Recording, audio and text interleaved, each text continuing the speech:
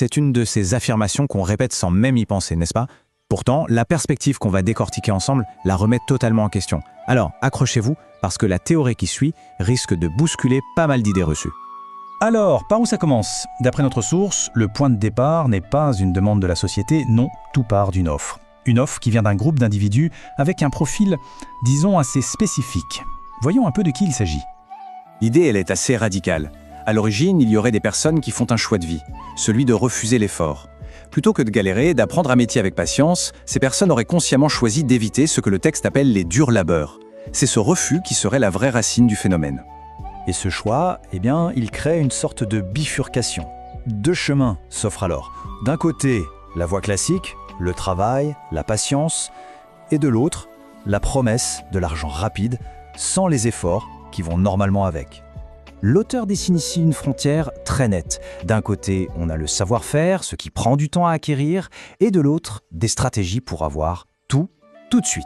La violence, la ruse et la séduction.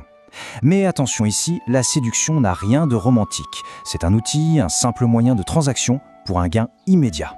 Et le truc, c'est que ce qui n'était qu'un choix personnel au début va devenir une véritable tendance de fond. Cette citation le montre bien, il y a un basculement. L'idée du gain facile devient non seulement populaire, mais même une source de fierté, éclipsant la valeur de l'effort. Bon, là on arrive vraiment au cœur de la théorie. L'argument le plus déstabilisant, on peut le dire. Une idée qui vient carrément dynamiter une des lois de base de l'économie, la fameuse loi de l'offre et de la demande. En général, en économie, c'est simple. Il y a un besoin, une demande, et hop, une offre apparaît pour y répondre. C'est la base. Mais la source nous pose une question. Est-ce que ça marche toujours comme ça? Et si dans le cas de la prostitution, l'histoire s'était écrite complètement à l'envers? Alors, comment ça marche cette inversion? C'est en 3 temps. D'abord, une offre apparaît, sortie de nulle part. Pas pour répondre à un besoin, juste par opportunisme. Ensuite, et c'est ça la clé, le simple fait que cette offre existe crée un désir qui n'était pas là avant. Et enfin, 3e étape, cette demande toute neuve est récupérée, organisée, et ça y est, un marché est né. C'est fou quand on y pense. L'offre a littéralement créé sa propre demande. Et qui sont les personnages de cette histoire? La source est précise. Il y a d'abord les femmes, qui sont à l'initiative de l'offre. Puis les hommes, qui se laissent tenter et créent la demande. Et enfin, un 3e acteur débarque, le proxénète.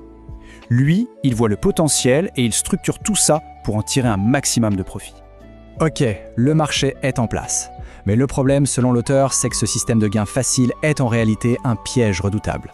Et une fois qu'on est dedans, il est très difficile d'en sortir. Voyons pourquoi. Regardez ce graphique, il est très parlant. Au cœur du piège, il y a cette énorme distorsion. D'un côté, un travail digne